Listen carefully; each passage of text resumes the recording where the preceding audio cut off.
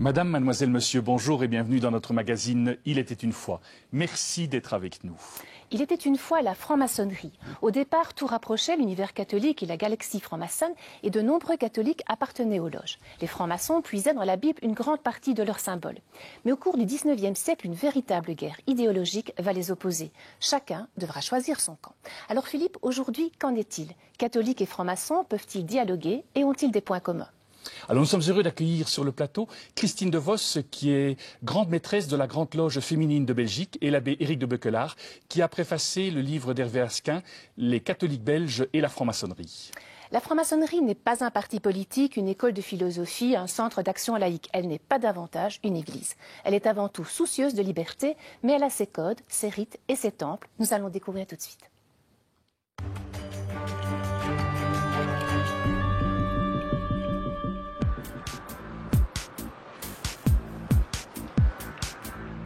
La discrétion qui entoure ces activités ne fait pas pour autant de la maçonnerie une société secrète. À Bruxelles, la rue du Persil abrite des temples francs-maçons ouverts quelquefois au public. Même si le franc-maçon vous dira qu'avec ou sans Dieu, c'est tout d'abord son temple intérieur qu'il bâtit, l'origine symbolique de ces locaux existe malgré tout. Une filiation en partie biblique à travers le temple de Salomon. Un temple d'une perfection rare. La mythologie franc-maçonne le dote d'ailleurs d'un maître d'œuvre dont le nom apparaît dans la Bible, Hiram. Il va organiser ses ouvriers en 3 grades, apprentis, compagnons et maîtres. Mais les loges ont aussi leur origine dans les bâtisseurs de cathédrales. Se déplaçant de chantier en chantier, ces artisans mirent en place des signes de reconnaissance et de transmission de leurs secrets professionnels. Leur loge, leur logis, abritant les premières réunions. À l'heure actuelle, les temples maçonniques sont bien différents les uns des autres. Mais passé la porte, certains caractères s'y retrouvent. Colonnes, sols à damier, ou encore ce plafond représentant la voûte étoilée. Ici, la déesse de la nuit, Nout, rappelle l'intérêt qu'ont porté les francs-maçons à la civilisation égyptienne. Les symboles, sortes de boîtes à outils des francs-maçons, vont leur offrir de quoi nourrir leurs réflexions personnelles. Certaines interprétations sont pourtant couramment admises. La règle, symbole de précision et de mesure. L'équerre, l'emblème de la droiture, de la rectitude et symbole de la morale. Ou encore le compas, qui permet de tracer un cercle parfait où se reflètent sagesse et beauté. Lune et soleil apportent la lumière. Elle part de l'intérieur même de l'homme et l'invite à rayonner dans la société. Les assemblées franc-maçonnes, que l'on appelle des tenues, sont extrêmement codifiées, ritualisées. Sur une estrade siège le vénérable maître. Il conduira les travaux aux côtés du secrétaire, du grand expert ou encore de l'orateur. Frères et sœurs sont assis de part et d'autre du temple. Au nord, les apprentis, au sud, les compagnons. Aux extrémités, des surveillants donneront la parole aux frères ou aux sœurs qui la demandent, car il n'est pas question d'intervenir à tout moment. Ici, l'écoute est la règle. Le premier pas du parcours initiatique qui attend chaque postulant est le cabinet de réflexion. Une première épreuve vers la lumière et la connaissance de soi-même. Le cabinet de réflexion, en fait, c'est la première épreuve de l'initiation. En fait, le profane est conduit dans ce cabinet de réflexion et il doit réfléchir sur sa vie. Il meurt à la vie profane, il doit commencer une nouvelle vie et il doit rédiger son testament philosophique. Donc c'est ce qu'on appelle aussi l'épreuve de la terre. Christine de Vos, Éric de Bequelaar, bonjour. Bonjour. Et merci d'avoir accepté notre invitation. Alors Christine de Vos, vous êtes grande maîtresse. Qu'est-ce que ça veut dire être grande maîtresse? C'est un titre qui paraît assez prétentieux, mais qui en fait ne représente rien d'autre que la direction administrative d'une obédience pendant un temps limité. Donc les sœurs de mon obédience m'ont choisi pour faire cette tâche pour maximum 3 ans. Donc j'ai encore 2 ans devant moi, si elles le veulent. Et cette tâche, elle consiste en quoi exactement? Elle consiste essentiellement à organiser l'obédience, à bien sûr prendre en charge toute disons la mémoire des membres, donc enregistrer les nouveaux membres, prendre en charge toutes les passages de grade, savoir exactement ce qu'il en est dans chaque atelier, prendre également en considération les demandes d'ouverture de nouvelles loges, allumer ces loges, c'est le travail du Conseil fédéral, vérifier aussi que les loges travaillent régulièrement selon nos règlements. Et en fait, ça consiste à toutes les tâches d'une direction d'une ASBL, en quelque sorte. Alors, combien de maçonnes y a-t-il dans votre grande loge féminine de Belgique? Eh bien, nous avons fêté en novembre dernier les 2000 membres actifs. Le 1er janvier 2012, nous étions 2012, c'est une coïncidence. Et maintenant, nous sommes grosso modo 2050, si je ne me trompe pas. Vous avez des loges extraterritoriales également? Nous avons des loges extraterritoriales, donc il y a 45 loges actives dans la Grande Loge féminine de Belgique, dont 40 qui sont en Belgique et 5 qui sont à l'extérieur du territoire. Nous avons 2 loges au Danemark, une à Copenhague et une à Odense. Et nous avons 3 loges aux États-Unis, une à New York, une à Washington et une à Los Angeles. Alors, quelle est la spécificité de votre loge? S'il y en a une. De mon obédience. Oui, de votre obédience, oui. La spécificité, c'est qu'elle est féminine, donc elle n'initie que des femmes. C'est la seule obédience comme cela en Belgique. Il y en a bien sûr bien d'autres, des grandes loges féminines, dans les principaux pays européens. Elles forment d'ailleurs une association qui s'appelle le CLIMAF, le Centre de liaison international de la maçonnerie féminine. Il y a 8 grandes loges féminines en Europe. Et donc la spécificité, c'est que nous ne sommes que des femmes, mais de temps en temps, nous accueillons nos frères également pour travailler avec eux. La mixité est une difficulté en fait au sein de la franc-maçonnerie, que le fait que vous soyez divisés comme cela ou pas du tout? Je ne pense pas que ce soit une difficulté, non, je pense que c'est un choix. Ce n'est pas du tout une difficulté, c'est tout à fait un choix. Il existe des obédiences mixtes et je crois que chaque homme et chaque femme peut faire ce choix au moment de s'engager dans une démarche pour entrer en franc-maçonnerie. Alors, quand on lit la littérature sur la franc-maçonnerie, on se rend compte que quelque part, un des objectifs de tout maçon, de toute maçonne, c'est d'atteindre le perfectionnement. Qu'est-ce que vous entendez par ce perfectionnement? Eh bien, disons que la méthode de travail que nous favorisons est essentiellement une méthode d'introspection. Donc, nous commençons d'abord par rentrer en nous-mêmes pour réfléchir à qui nous sommes, ce que nous voulons devenir. Nous essayons d'analyser quels sont nos défauts. Nous essayons de les améliorer, donc nous passons par une amélioration de nous-mêmes, et ça en communion avec nos sœurs dans notre atelier. Et cette amélioration de soi-même conduit à la maçonne à un meilleur rayonnement vers l'extérieur. Donc en fait, on apprend à rayonner vers l'extérieur des bonnes choses. Alors, on dit aussi que vous bâtir son temple intérieur, c'est quelque chose d'important pour vous. Est-ce que c'est cela, cet idéal de perfectionnement, et c'est cette volonté de bâtir son temple intérieur, ou c'est tout à fait autre chose? Non, c'est cela. C'est vraiment cela. Nous considérons que nous avons notre temple intérieur, que nous devons découvrir d'ailleurs. Parce que c'est vrai que lorsqu'on entre en franc-maçonnerie, eh bien, on n'a pas toujours découvert ce que l'on a en soi. Et d'ailleurs, un des symboles que l'on trouve dans le cabinet de réflexion, c'est le terme vitriol. Vitriol, mais avec un petit point entre chaque lettre. Donc et ça signifie, c'est une phrase latine, je ne vais pas le dire en latin, mais ça signifie chercher la pierre qui se trouve en soi-même. Alors, les outils qu'on a vus dans le petit reportage, est-ce que ces outils-là vous aident aussi dans cette quête du perfectionnement? Tout à fait, tout à fait. Donc cette pierre que l'on a pour construire son temple intérieur, que l'on a à l'intérieur de soi, il faut aller la chercher. C'est vraiment le travail de toute une vie de maçon. Il faut aller la chercher, il faut la tailler. Donc au départ, elle peut être très grossière et le but est de la rendre vraiment bien taillée de telle manière à ce qu'elle puisse entrer dans un édifice et qu'elle puisse permettre la construction d'un temple plus beau et meilleur. Éric de Beukelaar, comment est-ce que vous réagissez quand vous entendez une grande maîtresse qui parle comme ça? Est-ce que vous avez l'impression que l'Église, quelque part, elle fait ça aussi, ce travail-là, cette invitation à la découverte de soi? Oui, certainement, il y a des points communs, et le reportage de Corinne l'a bien montré, il y a des racines communes. La franc-maçonnerie vient d'un univers judéo-chrétien, et c'est là qu'il est né et qu'il a grandi, plutôt en Écosse et en Grande-Bretagne, un univers réformé, mais chrétien, profondément chrétien. Et le livre d'Hervé Asquin l'exprime bien jusque, dirons-nous, le début du XIXe siècle, jusqu'au concordat entre Napoléon et le pape Pie VII. Il y avait beaucoup de catholiques dans les loges. C'est après que l'opposition a commencé à se marquer. Alors, point commun, certainement un travail sur soi-même, un travail sur les symboles, une confiance en la raison et en même temps un travail sur les émotions. Donc je crois que là, il y a vraiment des points communs. Là où il y a une différence par rapport à la culture catholique, peut-être, c'est que le catholique fait cela à partir de soi-même, en creusant en soi-même, mais par rapport d'abord aussi à un mystère qui se donne à lui, une rencontre avec le Christ ressuscité. Donc il y a le temple intérieur et puis il y a la rencontre, je dirais, du mystère de Dieu.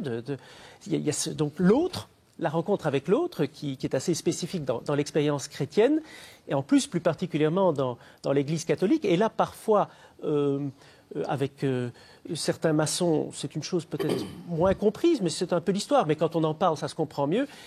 Dans l'Église catholique aussi, par rapport aux protestants, où la rencontre avec le Christ est d'abord individuelle et personnelle, dans l'Église catholique, elle est aussi collective. C'est en Église et avec un magistère d'Église aussi qu'on cherche et qu'on creuse. Et alors, un peu la peur parfois chez les non-catholiques de dire « donc vous abdiquez votre liberté ». Non, ce n'est pas ça, mais on la confronte évidemment à une tradition, une parole qui nous élève. Donc il y a des différences aussi, qui ont été amplifiées par l'histoire, mais je crois que les différences sont des richesses et qui permettent un dialogue très fécond. Parfois aussi une confrontation, mais tout ça fait partie de notre vie de citoyen et ça se fait avec beaucoup de bienveillance et de sourire. Alors, vous dites en Église, vous parlez dans fraternité, dans la loge. Alors, dans cette fraternité-là, est-ce qu'elle n'oscille pas parfois entre discrétion et secret, un côté un peu secret chez vous? Écoutez, je pense qu'on a toujours dit que la franc-maçonnerie était secrète. Je vais dire qu'elle est plutôt discrète, effectivement. Le seul secret que l'on demande à l'initié, c'est de ne pas transmettre ce qu'il a vu et ce qu'il a entendu dans le temple. Et aussi, on lui demande de ne pas signaler que l'un ou l'autre est franc-maçon. Par contre, il est tout à fait libre d'exposer sa qualité de franc-maçon. Donc, le secret provient plutôt de ce que l'on vit à l'intérieur de la loge, des processus initiatiques que l'on traverse. Et ces processus initiatiques, comme tout processus initiatique, sont indicibles. Donc, ce n'est pas vraiment un vrai secret, c'est simplement un vécu qu'il est très difficile de transmettre sans l'avoir vécu soi-même. Je prends toujours l'exemple du chocolat. Vous pouvez lire tous les livres sur ce que goûte le chocolat. Tant que vous ne l'aurez pas goûté, vous ne le saurez pas. L'initiation maçonnique, c'est la même chose. Alors je vous invite maintenant à une balade au centre de Bruxelles sur les pas des francs-maçons. Depuis le 19e siècle, les francs-maçons font partie de la vie de la cité. Vous allez d'ailleurs le découvrir, comme en témoignent ces statues, ces rues ou non célèbres ou ces immeubles construits par des francs-maçons célèbres. Pas évident de retrouver dans un paysage urbain les marques d'une société qui se veut discrète. Mais tout d'abord, arrêtons-nous rue de Laken, au musée de la franc-maçonnerie. Le temps de faire plus ample connaissance avec la démarche franc-maçonne. Ce musée est le seul à réunir toutes les obédiences et toutes les puissances maçonniques belges.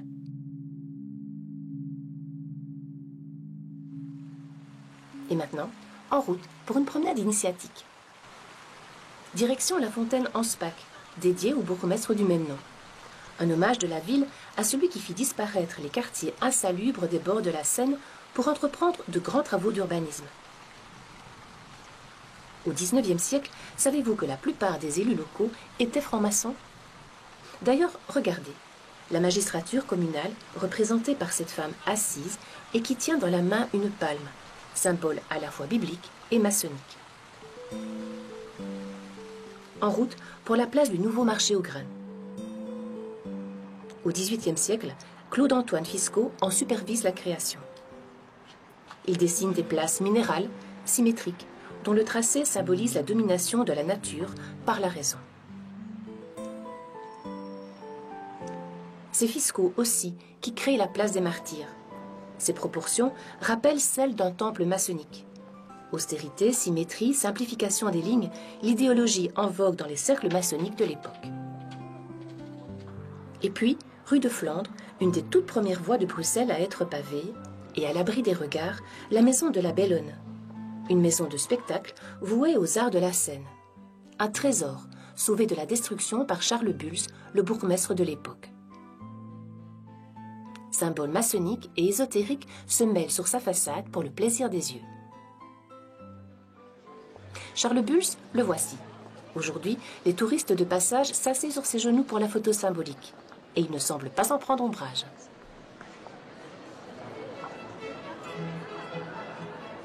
Mais c'est ici, sur cette grande place, que son nom rayonne vraiment.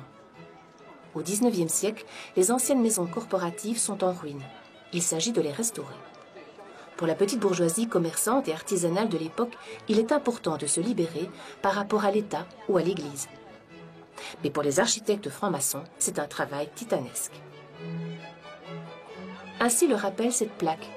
Une jeune femme médite, à sa main un compas, symbole de la mesure à garder en toute chose et de la perfection à rechercher. Et le plan, déroulé en hommage aux maîtres architectes.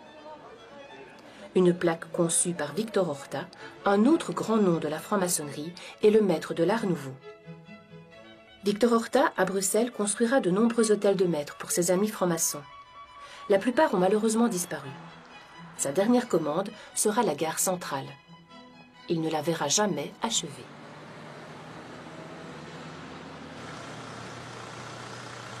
Faisons un saut place de Brouckère.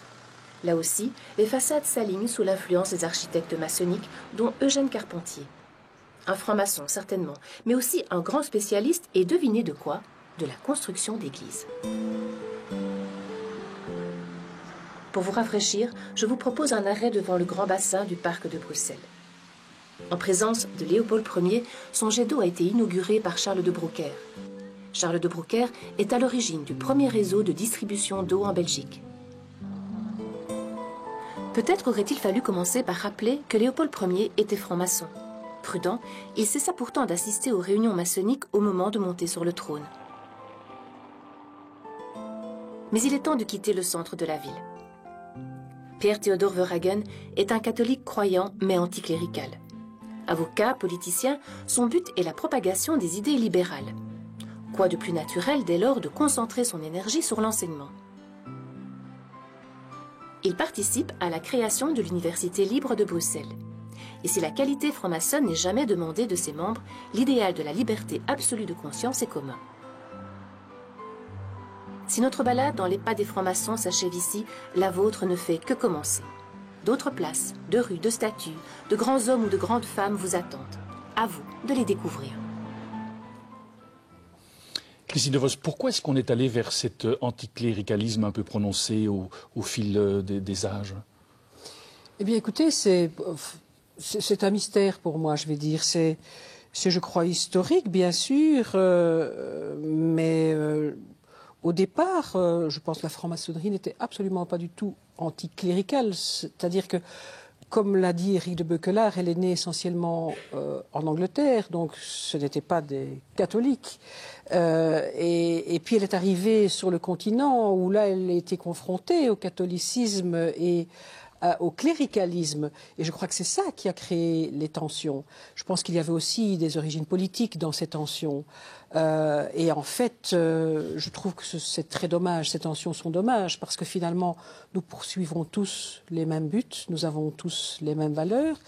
La chose qui nous distingue, maçonnerie adogmatique, comme l'est la Grande Loge féminine de Belgique, le Grand Orient de Belgique, le droit humain, la Fédération belge du droit humain ou la Grande Loge de Belgique, et les loges que l'on appelle, les obédiences que l'on appelle régulières, c'est simplement cette liberté de penser que l'on donne aux loges adogmatiques et qui n'existe pas vraiment dans les grandes loges régulières. Comme nous a dit Éric de Beuquelaar, les maçons qui entrent en loge régulière ont une forme d'obligation de croire en un Dieu révélé, ce qui n'est pas le cas dans la maçonnerie adogmatique. Est-ce que c'est ça qui est la raison de la bagarre? Oui, bien sûr, et je trouve que c'est fort dommage parce que finalement nous poursuivons exactement les mêmes buts. En maçonnerie adogmatique, nous avons, entre autres, à la Grande Loge féminine de Belgique, des loges qui travaillent à la gloire du grand architecte de l'univers. Et ce grand architecte de l'univers, on n'oblige pas nos membres à y mettre quelque chose de fixe, on les laisse libres d'y mettre ce qu'elles veulent, y compris rien du tout, si elles le souhaitent. Donc, je pense que là, c'est une très grande ouverture vers la liberté de penser.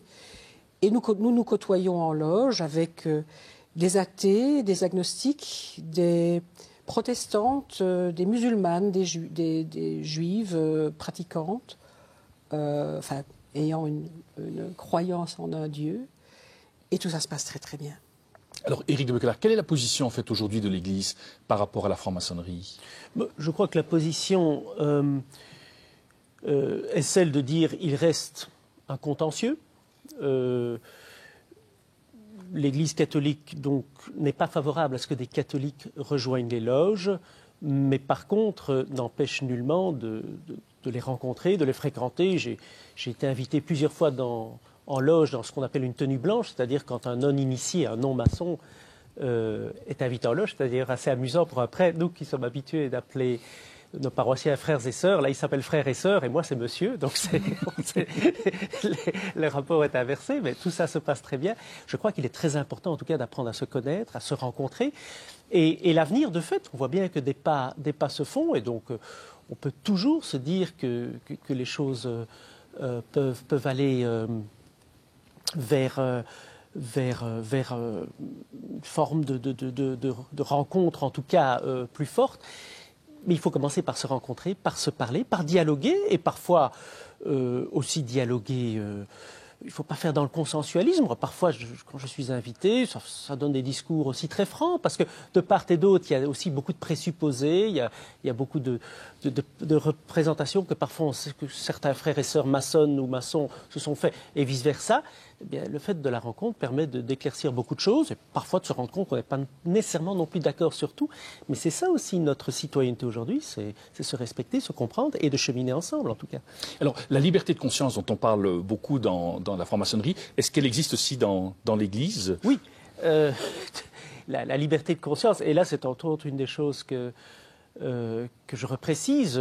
Je cite souvent la phrase du cardinal Newman, déclaré bienheureux par Benoît XVI, où il disait même c'était un Britannique avec son sens de l'humour tout britannique, si je devais porter un toast au pape et à la conscience, je porterai certainement un toast au pape, mais d'abord à la conscience. Donc dans la tradition catholique, on reconnaît que la conscience, mais la conscience, comme je l'expliquais, éclairée par la tradition de l'Église, par la révélation chrétienne, mais la conscience éclairée doit toujours avoir le dernier mot, puisque pour un chrétien, c'est le lieu où l'Esprit de Dieu nous parle. Donc il y a des points communs, et peut-être on véhicule autrement selon nos traditions philosophiques, mais d'où l'importance de se rencontrer, d'en parler et de dialoguer. Alors, Christine Devos, très brièvement en conclusion, est-ce que la franc-maçonnerie, c'est une démarche philosophique, religieuse? C'est une question difficile. C'est une démarche, en quelques mots. C'est une démarche philosophique, oui, incontestablement. C'est une démarche initiatique essentiellement et symbolique, plus que philosophique ou religieuse. Mais c'est initiatique et symbolique. Initiatique et symbolique. Voilà, mais ce sont les mots de la conclusion de cette rencontre. Merci en tout cas de nous avoir fait découvrir et fait entrer dans le monde de la franc-maçonnerie. Et quant à nous, nous nous retrouverons alors dans quelques instants pour notre chronique du jour.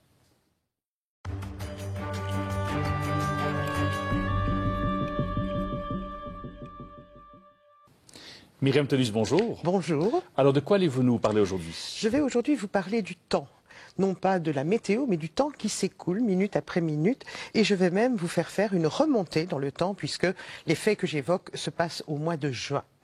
Le mois de juin, ce mois au charme tout à fait particulier, puisque les classes sont rendues au silence, elles sont désertées par les élèves, et pour les jeunes, y compris ceux qui se sont vus coller une deuxième session, s'ouvre enfin le temps des vacances.